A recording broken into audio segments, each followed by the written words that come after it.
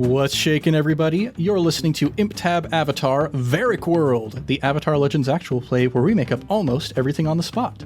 I'm Ned Wilcock, your host and GM, and today I'm joined by... Connor Wood, bringing the metal. Justin Porter, a.k.a. JP, and with great power comes great responsibility. Thomas Ryan, call your grandma. Ooh, boy. I have been looking forward to this moment. We had a very fun Session 0, and now we have an entire world ahead of us to explore. So, gosh dang it, let's just get right on into it. No banter. Let's just see what this world is like. Whoa! All right. And goodness gracious, what a world. The lights, the sounds, the decorations, the spinning rides up above your heads, people screaming with glee and also probably a little bit of fear as they're riding on the big ol' roller coaster that has Varrick's face plastered right on the side of it.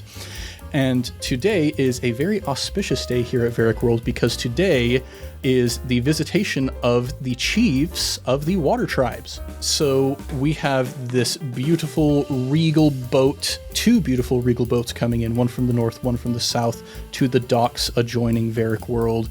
And there to greet them is Icknick Blackstone Varrick himself, dressed up in his finest suit, a big old smile on his face, but anybody who knows him well, like you folks would see a little bit of a nervous tap of his foot, a little bit of a subtle twitch to his thin mustache. In fact, I believe, Chen, you probably would be there because you are one of the character actors, one of the primary faces here at Varrick World. Mm-hmm. So you're kind of watching Varrick, and it's like, oh, yep, he's a little more nervous than I was expecting. And, you know, why wouldn't he be? Because as part of the arrangement for having Varrick World in the first place to be a representation, a microcosm of the four nations, was that the representation thereof would need to be approved by the leaders of those four nations. And so when Tenzin stopped by, he wasn't too happy about the situation. And a lot of changes had to be made. So he doesn't want to have to change up too much about the Water Tribe section of Varrick World. A lot of work went into reconstructing some stuff that had already been made. It was a whole big mess, but now is the day. And so from the first ship disembarks a very large, imposing man, Tonrock, the chief of the Southern Water Tribe and father of Avatar Korra.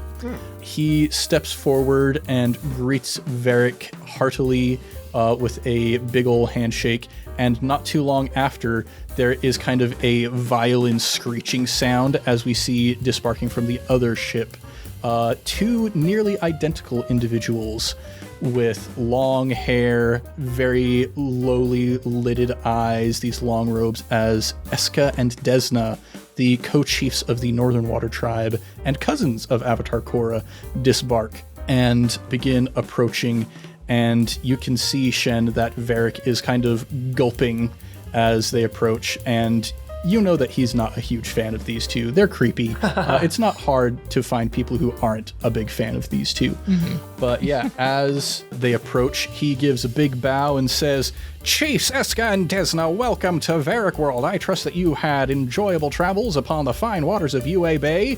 And the camera pans out very quickly, like a whip zoom, to see the entirety of UA Bay outside of Republic City, beautiful shining waters, boats on it, and right smack dab in the middle of it, this impossible island that should not exist, but somehow does. And then whip zoom back in, and Eska, in her deadpan way, says, "Yes, First Gentleman Varrick, it is a delight to be here." And she nudges Desna in the ribs with her elbow, and he says, "Yes, I agree. It is a delight and a joy to be here." And they start looking around, and Varrick, Shen, you can see he is quite nervous, and he rushes over and grabs you and says, "Would you like to meet Nuktuk, hero of the South?" I just like start doing like, because I imagine I have like a big face on, like a goofy face. Yeah, like a big foam head. Yeah. And so I just start like doing like the overacting and just getting right into their face and everything. Yeah, doing like JoJo poses. Mm-hmm. And I imagine that he let you use your own physique for this because you are a pretty built man. Yeah, I'm pretty buff. And so yeah, you come over and you start voguing for Desna and Eska, and Eska looks over at you and sees the face of Nuktuk and you actually see a grimace appear on her otherwise implacable face. And she turns to Varrick and says, "If it is all the same to you, First Gentleman Varrick, I would rather see any other face in the world right now." I do like the awkward, like put my hands over my eyes and like look like I'm crying a little bit. She actually kind of turns away, and you do not hear her say this, but she says, "My sweet turtle duck Bolin, we could never be together." And then turns back towards the rest of you and says, "Please show us to this place where our fine waterbenders have been aiding in the construction of this impossible island." And Varrick says, of course, and starts ferrying them away. And he turns towards Yusha and says, "Hey, don't worry about it, kid. You know, I forgot. Can you believe it? About Eska and Bolin. Well, you know what? Here." And he pulls out a handful of yuan and just palms them into your hand in a handshake and says, "For your troubles, kid, for your troubles," and gives you a big old pat on the back and starts heading off with the chiefs of the water tribes. And as he does so, what does a day in the life of Shen Shaoxing look like? I was gonna say, at this moment, he has an internal monologue, but he says it out loud. It's like, "Oh, wow. Those two girls, they're so pretty, but there's something off about them. I really hope that this doesn't affect my job, that they didn't want to, because usually people really just want to get a signature from Nukchuk, but for some reason I turned them off. I don't know what I did, but I better help any way I can to make sure that Varrick, that this all goes well for his park. I just want to make sure that I'm doing good as a college intern for this place." And then I just go and I kind of keep my distance, but I kind of follow them and I try to see if anybody else wants signatures or anything as I go. Yeah. And as you finish up this monologue and start walking, you hear footsteps fall into step next to yours. Just flip, flop, flip, flop, flip, flop. And you turn and you see a very familiar figure to you. He says, "Hey, don't worry about it, Shen. I'll get your signature." And you see good old Slim. He, when Varrick World first opened initially, Varrick had this big old promotion, was like, "You could win a season pass to Varrick World, show up every single day." And Slim was the one who won that competition, and he has been here every single day since Varrick World opened. Good for Slim. Oh yeah, here, hold on, give me your autograph book and I'll give you a genuine Nukchuk autograph. Yeah, he reaches below his gut into his sort of sealskin fanny pack and pulls out this notebook and starts flipping through, and you see him leaf through 36 pages of just your autograph until he gets to a blank page and hands it over to you. All right, here's I don't know how many this is for you, but here you go. And I sign it for him and I give it right back. He takes it and slaps it closed and says, "One day my kids are gonna love seeing this place." And he just turns on his flip-flopped heels and starts heading over to the Varrick stand not too far away. Don't forget to get the Dole Whip. Yep, and he turns back around towards you and throws you the shaka and gives you a couple finger guns as he turns off to get his snacks. But we continue following after Varrick and the chiefs of the water tribes, and Tonrock is looking around with a pretty genuine visage of excitement and amusement on his face. And Varrick says, "Now, before we get to the actual representation of the Water Tribe, I wanted to show you what's going on behind the scenes." And he very quickly sort of sneaks behind. Like, if it were animated, it would be one frame, he's standing in the middle of the street, and then there's one smear frame, and suddenly he's standing right by this tree. And he goes over to the tree, and he moves some of the branches apart, and he pushes a knot on the side of it, and it starts lifting up out of the ground, this stone block that you see has a door on the side of it, and he opens it up and says, "Let me introduce you to the tunnels underneath." And he gives a flourishing bow and points them towards this entrance, and they start walking into this very well-lit tunnel, and they start heading kind of in the direction of where Marion's office is. I imagine in this tunnel that there's elevator music of Secret Tunnel in the back or something. Two lovers, forbidden from one another. So yeah, you follow this easy listening Muzak representation, and we are passing by the various workshops We've got a boiler room off to one side. We've got a prep kitchen off to another side.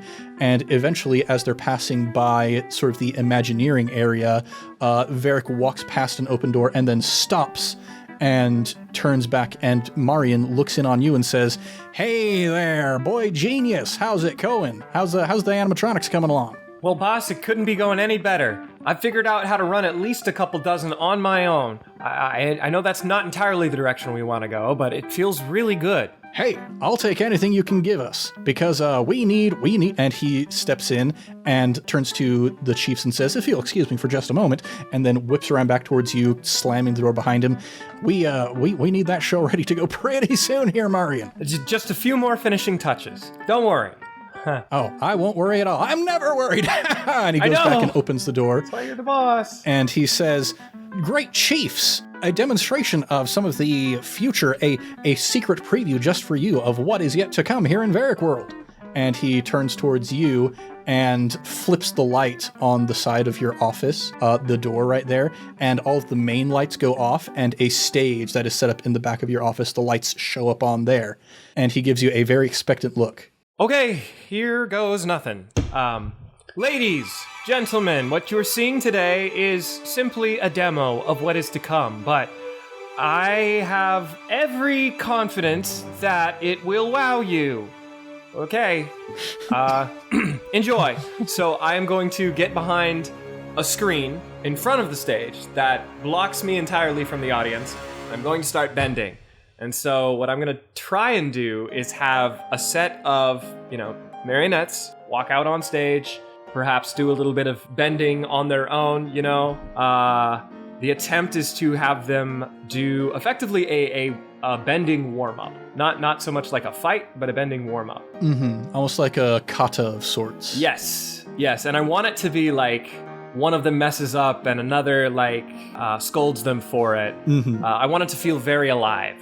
That is what I'm attempting for these people. Yeah, go ahead then and roll to rely on your skills and training. Okay. So, to explain the rules of Avatar Legends for our listeners who are not familiar with it, whenever we make a move in this game, we're going to roll 2d6, add the result together, and then depending on how well you roll, you're going to either get a failure, a partial success, or a full success.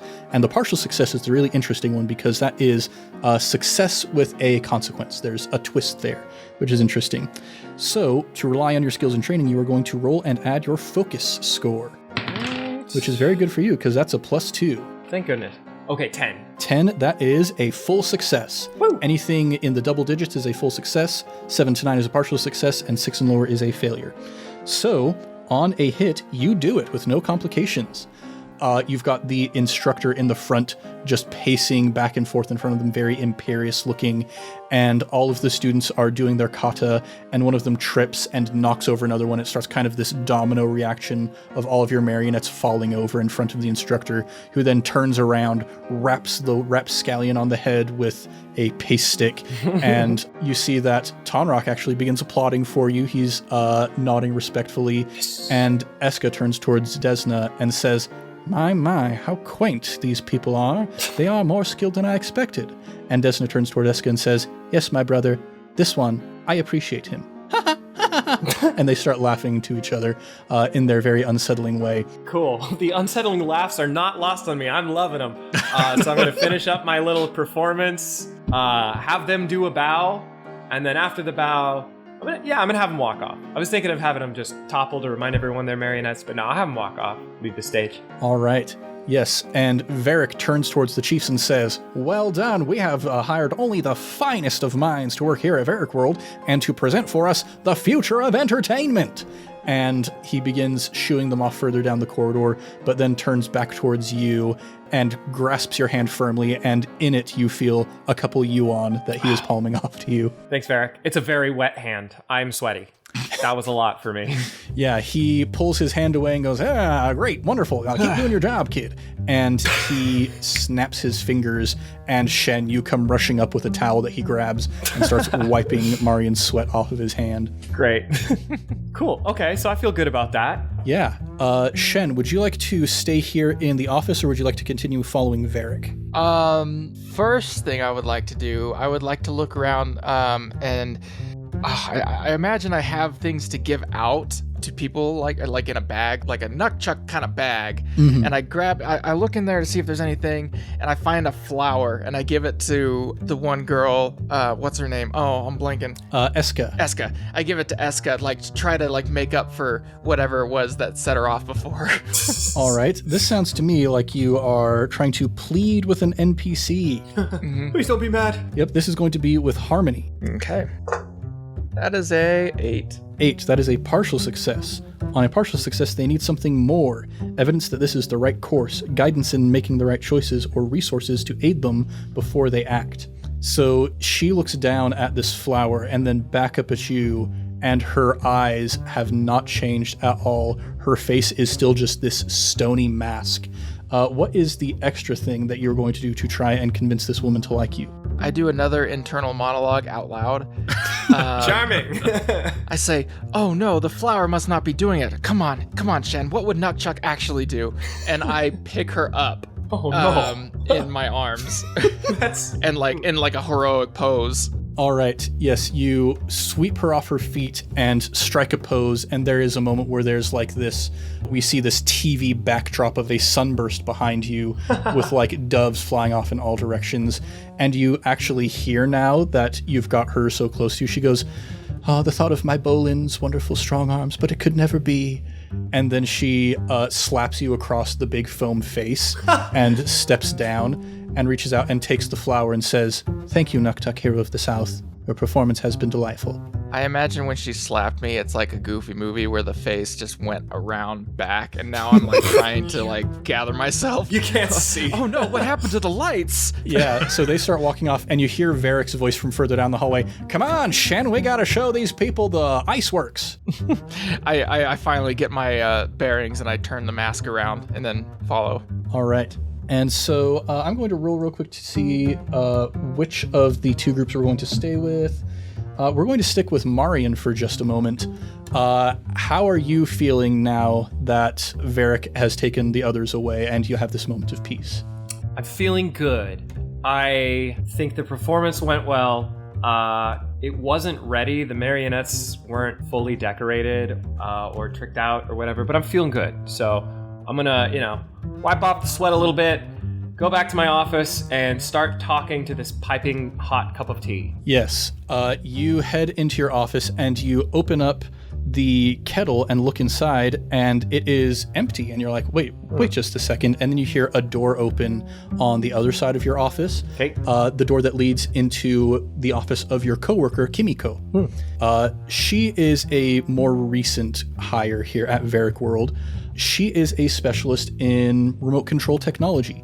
She had, in fact, a little bit of a hairy situation a while back that kind of brought her to Varrick's attention. She was testing out this little remote control mech drone, flying it out over the city, and the Agni Kais managed to steal it, and we're trying to figure out how to reverse engineer it. But fortunately, some people came in and managed to save the day just in time. But Varrick saw that and was like, that is the kind of mind we need working at Varrick World. And so hired her on to help assist you with transitioning from these metal bent marionettes and animatronics to some mech animatronics down the road. I want to say something really out loud, internal monologue. I say, "Oh wow, Kimiko. Oh, I really wish that I could take her on the secret tunnel of love." And then I just stop.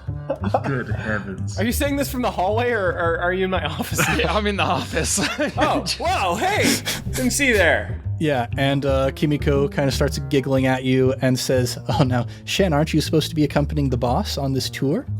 Well, yeah, normally I would, but I got all a little turned around and he left before I could figure out where he went. Oh. Yeah, she walks up towards you and grabs your foam head and kind of straightens it a little bit and looks in through the perforations at your actual eyes and says, "There we go," and kind of pauses for a second or two with her hands up there on your big fake face. And then you hear from down the hallway, "Shen, do the thing!" "Oh, right away, sir, right away." And then I run towards the voice. And Kimiko watches you as you go rushing off down the hallway. And Marion, you hear her say, "I love to see that man move." And then she turns back towards you. What? Well, that's nice to know, Kimiko. Coworker to coworker. Hey, I just finished up that performance, and it got me thinking. First of all, have you seen my tea? Well, I haven't seen your tea, but I did. Actually, what I wanted to talk to you about, she goes back into her office and she wheels in a dolly with an animatronic on it. This is one of the more kind of humanoid-looking animatronics that you've been sort of testing out. It's kind of just stands on a platform, waves at people as they're walking by. This is an animatronic of former President Raiko, I suppose. Yeah, they've got kind of the Hall of Presidents situation going on. So they've got an animatronic of President Raiko. They've got an animatronic of current President Julie Moon. Cool. And she brings in the animatronic of Raiko and says, Raiko was malfunctioning a little bit, saying some very interesting things to some of the patrons as they were walking past. Not entirely sure what's going on. I was wondering, I do have to go and work on the Ember Island display, so I was wondering if you could take a look at this and see if you can figure out what's going on with President Raiko. Absolutely. You go take care of your business. I will figure out what has just gotten into this president. Thank you so much. And she gives you a little salute and then turns on her heels and walks back out through her office towards the Fire Nation section of Varrick World, leaving you alone with President Raiko. Okay, so I'm gonna take a close look at him and make sure the coast is clear and say, all right, Grandma, what did we say to the park goers? Well, look, dearie, if it's interesting to tell the truth, then yes, Raiko was saying some interesting things. Okay. You can't just say anything as the... Never mind. She looked bad. She needed to know. Okay. I mean, that's fair. I've always appreciated your honesty. I don't know, because we really want to get this animatronic thing up and running. I don't know if heckling... I can make it work right now, look. I'll start moving the arms around all disjointed and Oh my. creepy. Oh my. It almost looks like Raiko is being blood bent. Yeah. Oh, jeez. Yeah, exactly. It's Not a problem. I'm amazed that you can do this because I know you, but I don't think most of the park goers are going to appreciate the uncanny valley aspect of your miraculous existence. Well, that's understandable, dearie, but I think, maybe we just roll with it, see what happens. Well, you are older than time, so... I'm only 2 years old. What? Yeah. I just assumed you too? You sound so old. Well, spirits, what do you do? I guess. Is my spirit old? Let me check. I'll slither up his arm. Whoa. And I can't actually tell, but I'm going to pretend. Whoa. Yeah, go ahead and roll to rely on your skills and training. That is with focus. That is 8. 8. All right. Yeah. So we see this puddle of tea start working its way out of President Raiko's joints and up the side of Marion's arms. And you mentioned in our session 0 that sometimes like the bubbles kind of form facial features almost. Yeah, I think in this instance there will be something resembling a face. Oh, good. Yeah. You peer deep into Marion's eyes and you see a darkness that you were not expecting, let's say. Ooh, dear, you've got some darkness I wasn't expecting. Hey, everyone's got baggage. I'm an orphan. Who's not an orphan? I'm not.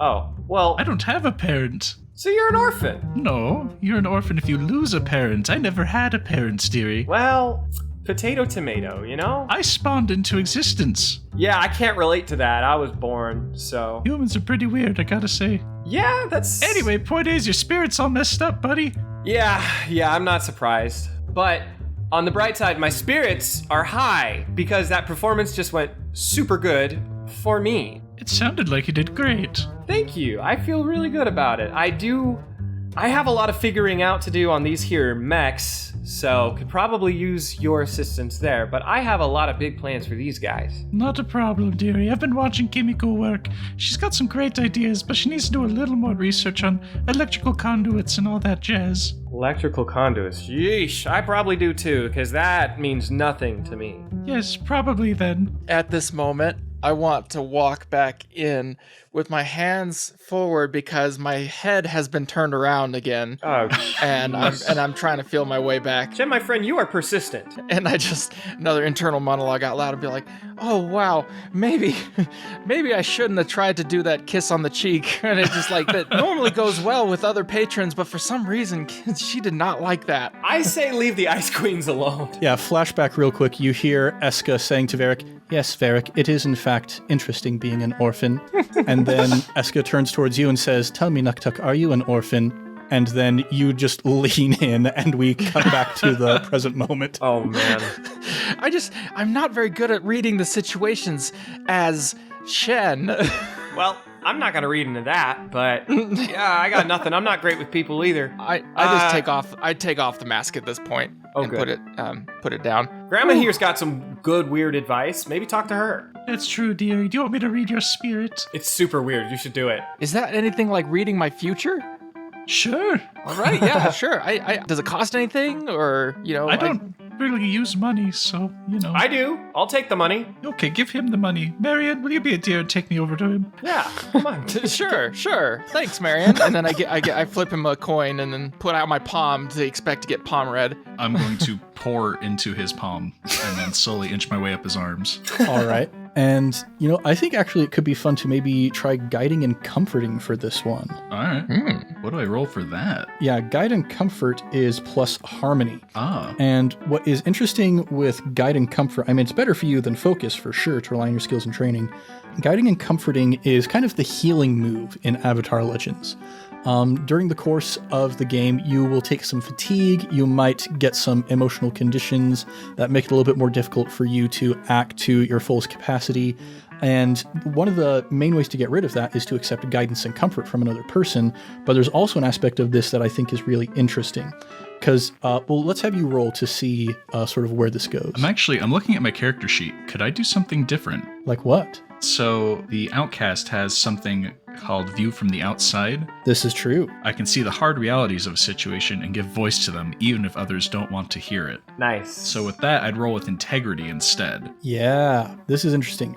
So Grandma Halmeoni's balance is between society and integrity, and you've currently got +1 integrity. Yes. So I figure since we're doing a fortune telling, perhaps that would be kind of adjacent to that. Yeah. Okay, yeah, let's have you roll with that. Okay, so I mark a fatigue, and I do the thing.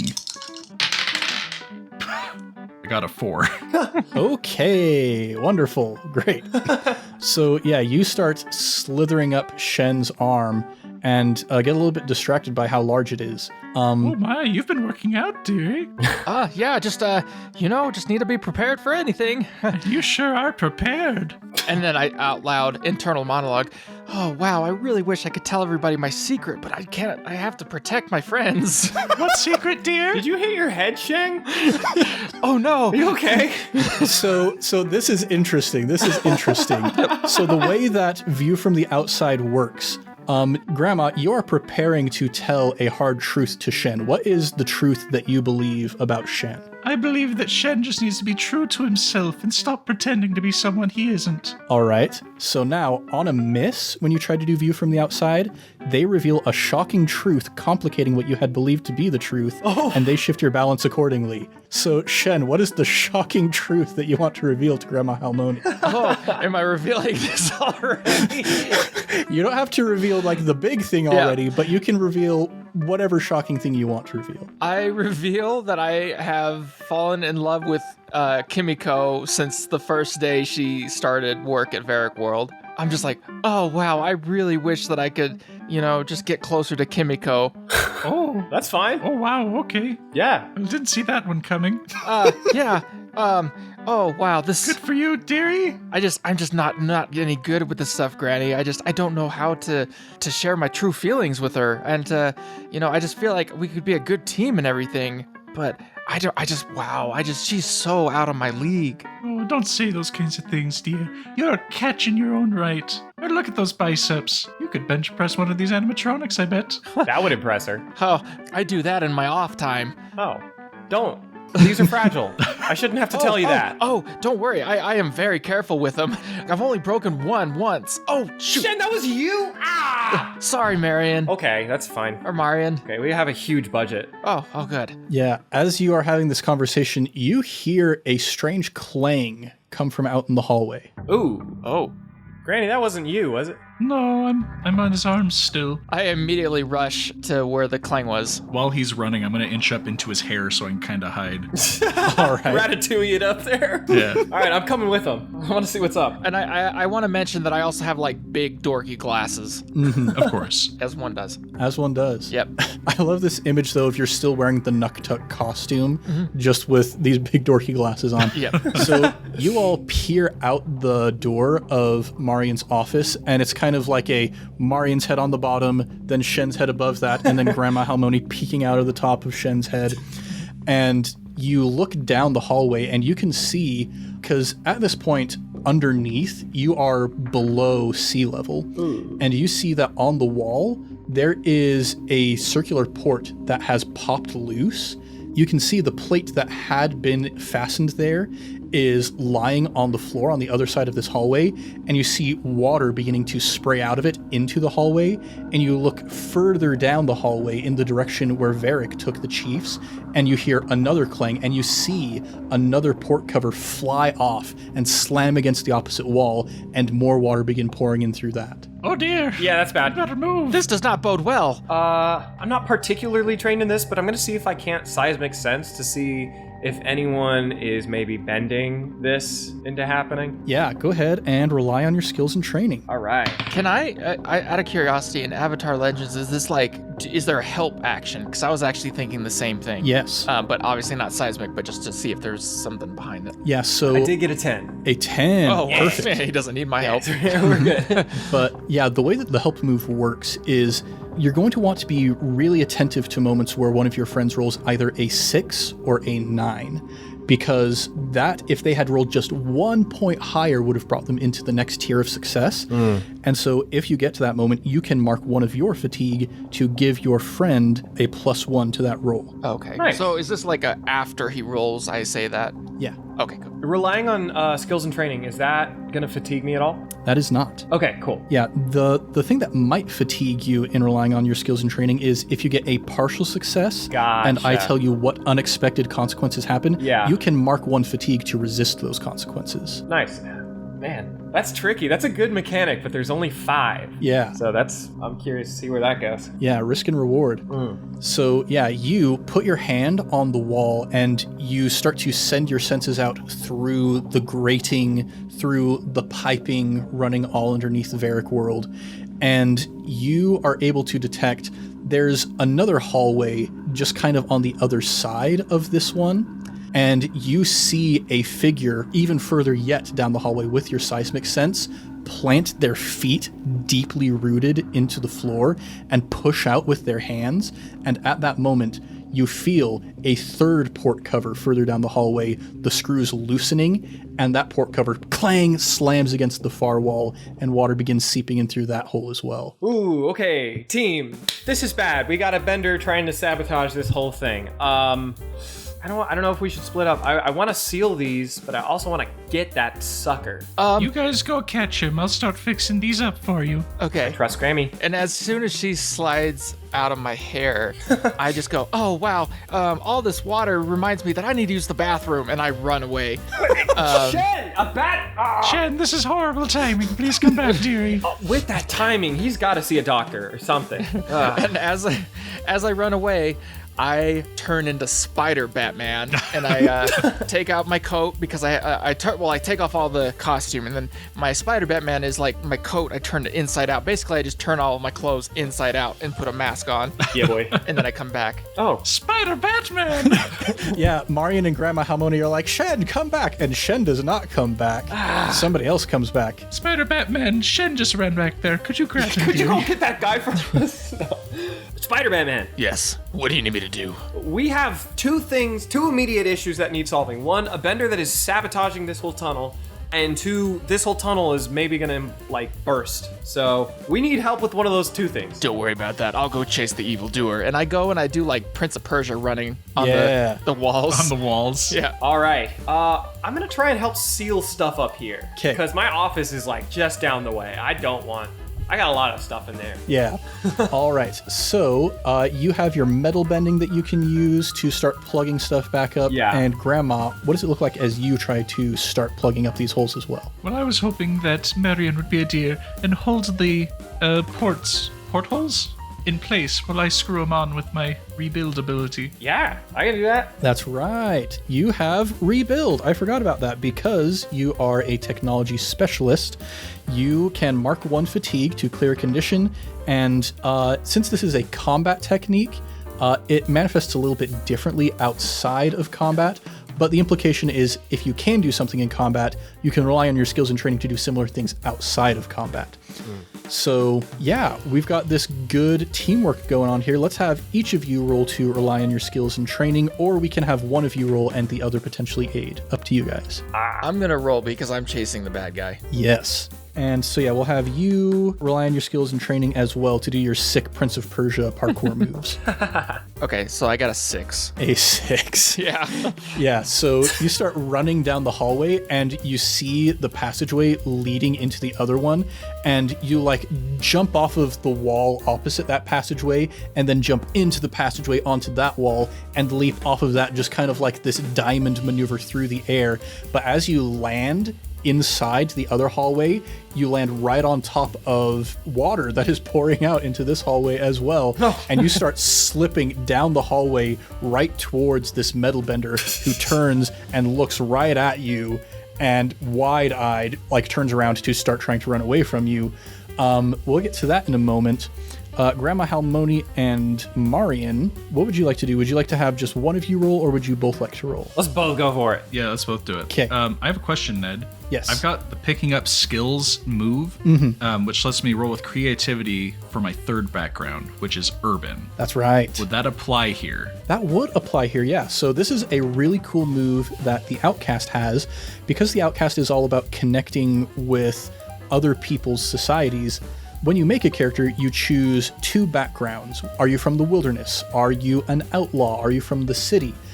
The Outcast is able to, once per day or so, once per session, once at the end of each session, you can change your third background to match any community that you significantly interacted with during that session.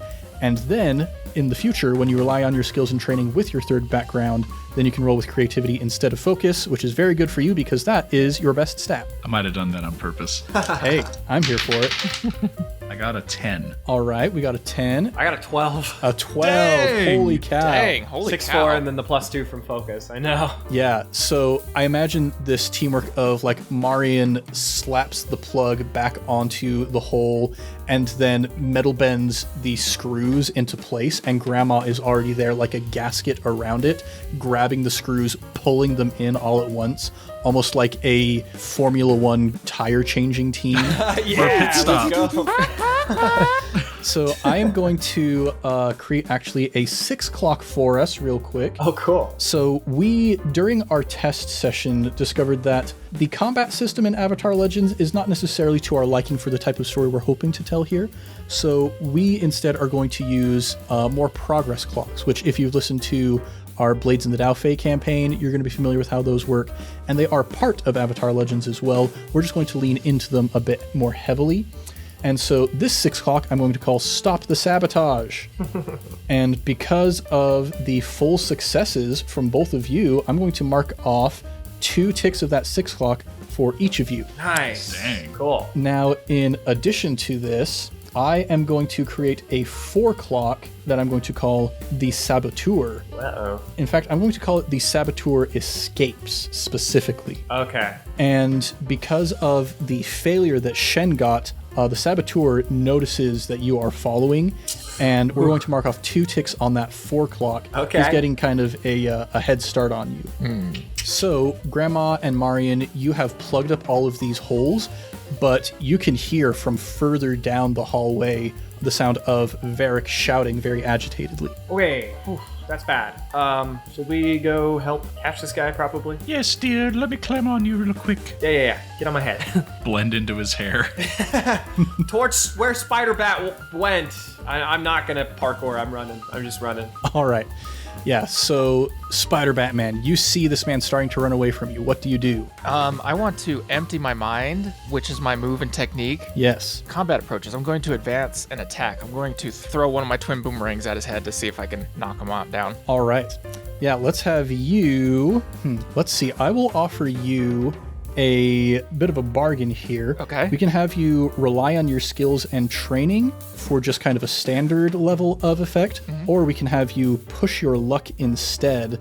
The difference between rely on your skills and training and push your luck, these are kind of catch-all moves. We're going to default to these quite a bit. Rely on your skills and training, the idea is that you're using the stuff that you know how to do. So if you fail, it's not that huge of a deal. If you're pushing your luck, then you're trying to kind of move beyond the boundaries of what you typically might be able to do. There's always going to be some degree of complication, but it will allow you to do things that you otherwise might not be able to do.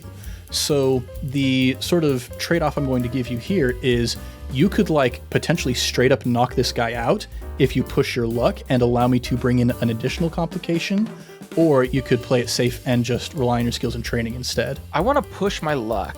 Okay. But I also want to know, with my empty my mind, does that mean I can +1 my passion instead of do a fatigue? And then is that how that works? Or Yeah, so empty your mind. This typically works in combat, but again, since we're kind of flexing a little bit away from the written combat system towards using progress clocks, we'll allow some flexibility there. Yeah, I will allow you to have a +1 to this roll because of empty your mind. Okay, let's see. 8. So that is a partial success to push your luck. On a hit, you do so, but it costs you to scrape by. So yeah, you throw this boomerang. This guy sees you, he goes, "It's the Spider Batman. I never thought I'd see the day." No, and he runs around, turns, and he calls further down the hallway and says, "Boys, he's here!" And then you hit him right in the back of the head. He slams down into the grating of the floor of the hallway, and immediately you see the birds flapping above his head. He is down. Yes. But you now hear additional shouting coming from further in the direction of Varrick and the Water Tribe chiefs. No. Oh boy. That's not good. And I go get my boomerang and get back in a position to fight. Have we caught up? Yeah, you two have caught up by this point. You hear this commotion coming from further down. Stand back, citizens. I got this. No. Oh, Spider Batman, you're so strong. We couldn't let you do this on your own, Spider Batman, even though you are so strong. And my grandma's weird about it. I'm gonna try and metal bending a small frame around the guy that Spider Batman just knocked out, so that Grandma Halmeoni can control him.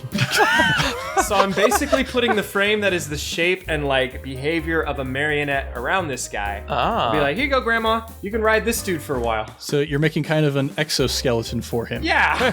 That's actually pretty cool. Here, ride this guy around for a bit. Yeah, let's have you rely on your skills and training for that. All right. Okay, that's an 8. Partial success. Okay. So here's what I'm going to say. You get it constructed, but it is only going to last for... Grandma, you can attempt to do 3 specific moves with this exoskeleton before it falls apart. Perfect. I'm gonna go merge with my new exoskeleton. So you rise up from the ground. We see the camera further back in the hallway. We see Spider Batman and Marion kind of looking on in shock as from the bottom of the frame, this head pops up, lolling to the side, drool coming out of the side of his mouth, snoring uproariously, and just begins walking down the hallway. All right. This is the first time I've walked, so don't make too much fun of me. You're doing great. I have lots of improvements to do on that frame, but I like where this is going. Yeah, Grandma Halmeoni, you start getting closer to the sound of the commotion, and I'm going to make a fortune roll here.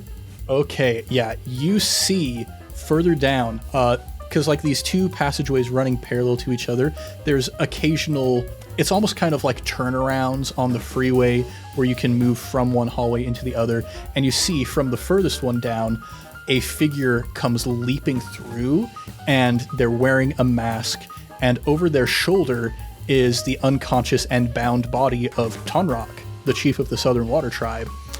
And this figure turns and sees all of you, pauses for just a moment, and then is blasted to the wall with a surge of water that then freezes him up against the grating. And you see Eska and Desna come sliding in on a patch of ice on the floor. And they walk up to this individual and say, "Please give us back our uncle." So there's a fight going on down here, is what you're picking up on. Looks like we're winning. Let's go help the good guy. And I leap into action. Oh, thank you, citizens. I'll take it from here. My arms are like thumbs up. Yeah, Eska and Desna look at you, and they look unsettled by what's going on right now. Well, take us to the danger. He's got a cold. Don't mind him. I throw both my boomerangs at the guy. Yeah, so you go skidding around the corner, and you look into the area where Varrick had brought the chiefs, and this is the Iceworks. This is the place where every day we've got waterbenders coming down here to replenish these big pontoons that are filled with ice. Ice is buoyant, it floats. So they're using that power to keep Varrick World consistently afloat, making sure that the ice is always nice and cold. And you see that while the chiefs have kind of their own thing going on over here, Varrick is surrounded by how many of these guys? 4 of these guys. All right, well, I go protect Varrick. I throw my boomerangs at him. Yeah, I'm going to create a new 4 o'clock for us, 1 segment for each of these goons. As you rush in to attack with your boomerangs, sounds like rely on your skills and training to me. Okay. That is a 10. Nice. A 10. Yeah. Take that, goons. Yeah, so you toss the boomerang, and there's one who's standing right in front of Varrick, and he's saying something menacing, and he's got a club that he's raising over his head, kind of a stun baton, and your boomerang smacks him in the side of the head and immediately pinballs off, hits the guy right next to him in the side of the head before flying back to your hand. And the 2 goons who are remaining turn and look at you, and they both say in unison, "Spider Batman!" I just say, "Fear me." All right, I mean, let's have you roll to intimidate an NPC. That's going to be with passion. Oh, that's a 9. So on a hit, they choose one of the following options. They run to escape or get back up, they back down but keep watch, they give in with a few stipulations, or they attack you but off balance. The GM marks a condition on them. They turn and they're going to try and attack you. And since we aren't necessarily marking conditions on them in the same way we would be in combat, I'm going to say that the next action taken against them is going to have a +1 to it. Nice. Now, Grandma Halmeoni and Marion, you see these 2 goons rushing your friend. Yeah, absolutely not. Can I use my big metal arm to just backhand one of them? Yeah. Roll to rely on your skills and training, or probably actually more push your luck, seeing as you are still getting used to this exoskeleton. That's reasonable, yeah. That is a 10. Oh, yeah. Nice. Oh my gosh. Not today, dearie. Yeah, you step forward, like one of them comes rushing directly towards you and says, "Hooey, I'm so glad you're here." And you just backhand him right across the face. He goes sliding across the floor, and there's a group of waterbender workers kind of up against the far wall, and they see this guy come sliding right in front of their feet, and they're kind of like cringing back.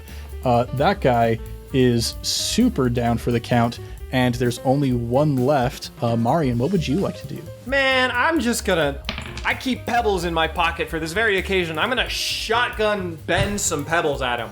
All right. Yeah, just throw a bunch of little rocks. Okay. At Mach 5. Yeah, classic Earthbender kind of move.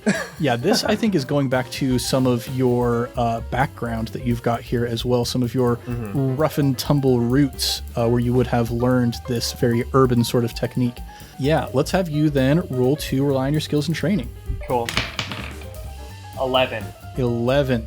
What does it look like as you take this final goon out of the combat? Yeah, no, that's gonna be short and sweet, baby. I launched these tiny rocks at Mach 5 right at his noggin, and he's gonna go down, holding his head like this, and down he goes, taking a little nappy nap. Yeah, and in slow motion, like the frame by frame, he finally slams into the ground, and silence falls over the iceworks down here. And Varrick, after a moment of heavy breathing, looks at the 3 of you and says, You're getting a raise, boys. Yes! Just doing my duty. Well, thank you, sir. This weekend at Bernie's looking. Can my frame collapse at that point? Yep. Frame collapses to the ground. This guy just falls down. And Varrick's like, I don't know why that guy was helping to sabotage his friends, but we'll find out. It's a long story. I got a little travel mug. Thank you, dearie. Well, Varrick, we saved the day. You're welcome. Yep, I go up to Varrick and be like, is this the first time that these guys have tried to sabotage Varrick World? I'll admit, this is the first time I've seen anything quite as overt as this. There have been some threats that have showed up here and there, but I didn't think anybody was going to be bold enough to make good on them. Well, looks like we got some bold people. Who made these threats? Yeah. That is the question, but we've got plenty of people now that we can interrogate. And he cracks his knuckles and says, I think I'm going to call in a favor from my good friend Lin Bei Fong. Those dudes aren't going to make it. Yeah, you're the professionals. We'll leave it to you guys. Yeah, and Tonrock comes walking back in, being supported, one shoulder over each of, his niece and nephew, and says, Varrick, I don't think I've ever heard you say a less true thing than my good friend Lin Bei Fong. Good heavens. Varrick, a renowned truthsayer. I say, so, everything seems to be in order here then. Yes, Spider-Batman, have you considered my offer to work for Varrick World? We could make you a mover star, friend. I'm thinking a 3-movie contract. Well, actually, what's that over there? And I point behind him. And then as he turns around, I run out of the room. Gets him every time. You all look back and Spider-Batman has disappeared. And in walks Chen. Oh my, the audacity, dude. You're a bit late, dearie. Oh, wow, I'm so... This Spider-Batman, he was amazing. Oh, I bet. Spider-Batman's probably the best hero that we've got. Spoken like a true character performer. And I do apologize. I really had to go, but is everybody all right? Is everything okay now? Well, our boss almost got kidnapped, and these embassy folks almost got kidnapped, and I almost drowned, and Spider-Batman was here, but yeah, we're all great, Chen. We're all great. I bet you're very appreciative of Spider-Batman, though, coming to save the day. We are of that guy. We are very appreciative of someone who helps us when things are bad, yes. And then I do the classic, I'd be like, I bet he knows. Yeah, and so Varrick begins commanding some of the other workers to tie up all of these vagabonds. And as we prepare for the fallout of this failed sabotage attempt, I think that's where we're going to pick up next time. We are killing it. Oh, yeah. Yeah. We're the dream team right here. Nothing will ever go wrong. Absolutely nothing. It's just like how in Blades in the Dauphin, the first job went so well and everything else went so smooth after that. Yeah. Everything was perfect. No complaints. Well, everybody, I'm loving seeing how these characters are kind of coming to fruition. Me too. Likewise. Yeah, I was going to say, this has been fun. And listeners, I am excited for you to continue to see how they come into fruition as well. But for the time being, thanks for listening to ImpTab Avatar, and we'll be back next time with more adventures in the world of Varrick World. If you want more, go ahead and subscribe, maybe even give us a review. We would be as happy as a blissfully unaware outlaw who is beating up his friends if you would go ahead and give us a review on the podcatcher of your choice. We're also all over social media at Improv Tabletop. So if you'd like to connect with us, maybe you would like to talk to me about some of the cool research that I've done about Republic City and the various machinations going on there, don't be afraid to reach out. Now it's time to shout out our next batch of Sticker Club patrons. And the patrons we're shouting out today are Colin Greenwood, Elena Georgieva, and Elizabeth McDowell. Yeah. Yes, we see here the 3 Iceworks employees who were able to help to calm down the situation after everything was, after all the dust had settled, and who Varrick is going to give a raise. He's feeling very generous today. Oh, yeah. Yes, so thank you to our dear patrons for helping to clean up this hairy situation down here in the Iceworks. We will have more Sticker Club patrons to shout out next week, and if you, dear listener, want to join their ranks, consider joining our Patreon at patreon.com/improvtabletop, where you can also get Discord access, biannual sticker packs, and more, such as our current ongoing patron-exclusive campaign, Miceborn: The Mouse Ritter Chronicles. Nice. Ooh. We have a fun little announcement for you folks. Our next guest is going to be none other than Thomas Ryan. What? I know him. I know That's that guy. news to me. Surprise! We didn't just record the first first episode that you were guesting in last night. It's ridiculous. It's pretty good. My character is not what I expected. Nor I, but let's see where it goes. Still pretty great, yeah. So if you want to go see what this new character looks like, go check that out over on our Patreon. Now, let's do a round of plugs. As always, we have our sister podcast, iCast Fireball, which is currently playing through the Skull and Shackles campaign, originally written for Pathfinder, set on their world of Golarion. And I love the lore of that campaign setting so much. I know the Forgotten Realms is cool and all, but Golarion is the one that I look at and I'm like, man, this is great. This is cool. I really dig this. And so yeah, if you want to go see some of that cool world building, go check out iCast Fireball. And the other thing that I'm going to plug today, this is going to be just a very sincere plug for a podcast that I really enjoy. I've been listening to actual play shows in a number of different systems for years and years. I host an actual play podcast. But my favorite, I'm going to set my flag and say my favorite actual play podcast is called Spout Lore. It is a Dungeon World podcast. Dungeon World is a Powered by the Apocalypse system, just like Avatar Legends. So this is Powered by the Apocalypse that tastes like Avatar. That is Powered by the Apocalypse that tastes like Dungeons & Dragons. It's a nice classical heroic fantasy kind of story. I will let you know that if you come to Improv Tabletop, because we are a non-explicit stream, be aware that Spout Lore is not that. But they're great storytellers over there. They've got backgrounds in performance and it shows. And they've got some really exciting stuff going on. They just got accepted to join the Fable and Folly podcast network. Oh, wow. Very cool. Yeah, their Blades in the Dark campaign that previously was Patreon exclusive is going to be released to the public as part of them joining this network. It's a Blades in the Dark campaign that takes place inside of a fantasy mall, and it's pretty great. I've been listening to it on their Patreon, and it's really enjoyable. That sounds awesome. I just really love that show. Very genuinely much, and I think that you might enjoy it as well. It's a fun time. So go check out Spout Lore. Spout Lore. Spout Lore. Spout Lore. Spout Lore at spoutlore.com. Dude, one of the things that they do that I've considered stealing, but I am not going to, is if you go to spoutlore.com/money, please, it just forwards you to their Patreon page. That's pretty good. That's pretty good. I like that. So yeah, that's my plug for this week. But aside from that, thanks for joining us, everybody, here in the world of ImpTab Avatar Varrick World. I'm Ned Wilcock, your host and GM, and I've been joined by Connor Wood, creator of the biosuit. Justin Porter, aka JP, and it worked out. The run, the Prince of Persia run, it worked out in the end. It worked. And Thomas Ryan, pseudo bloodbender. Oh boy. Much love and stuff, everybody. We'll catch you next time on ImpTab Avatar. Don't worry about that. I'll go chase the evildoer. And I go and I do like Prince of Persia running on Yeah. the walls. On the walls. Yeah. All right. Oh, man. There goes my hero. Oh man, I am so excited for Sands of Time remake. Ah, Same, so good. same. Yep. But that's neither here nor there.